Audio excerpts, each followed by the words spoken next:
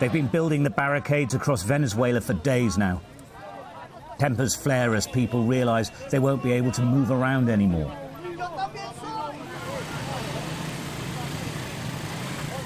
The protest against the government's been going on for months, but it's certainly growing. Across the capital, Caracas, fires burn as people prepare for confrontation with the government over its plans to rewrite the constitution.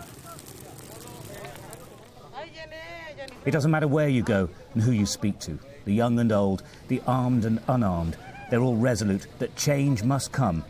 Without it, violence, they say, is inevitable. It's going to be a civil war, okay?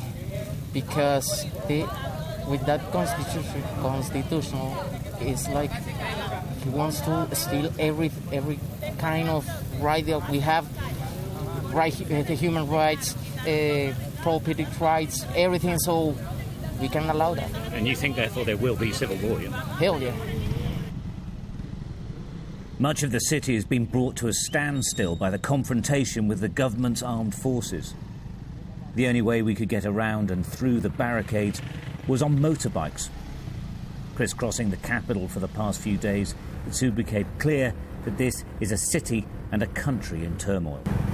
But these streets should normally be absolutely ram-packed with traffic and with people. There are a few people milling around, but actually it's pretty much sealed off. All these roads on either side have got barricades across them, so there's no traffic able to get here. The expectation is that later in the day the trouble will start. The anti-government movement involves people from all walks of life, including its pin-up girl, Caterina Ciasaluti.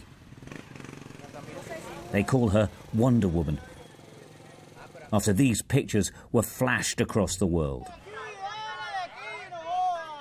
We joined her on the barricades. I asked if changing the government was as much a fantasy as the Wonder Woman character herself. No, ficticio, real. Totalmente real. It's real, totally real, and we're going to make it. Of course, we're going to have another Venezuela. That is, well, it's already done. Ya está hecho.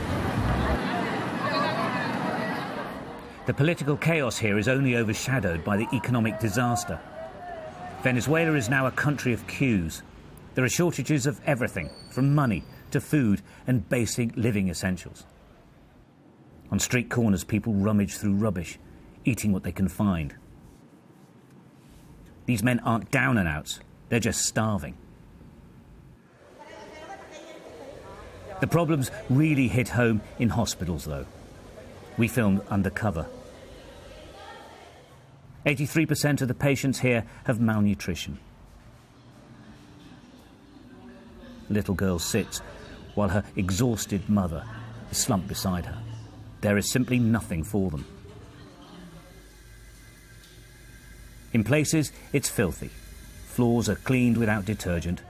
Virtually no machines work. There are no drugs.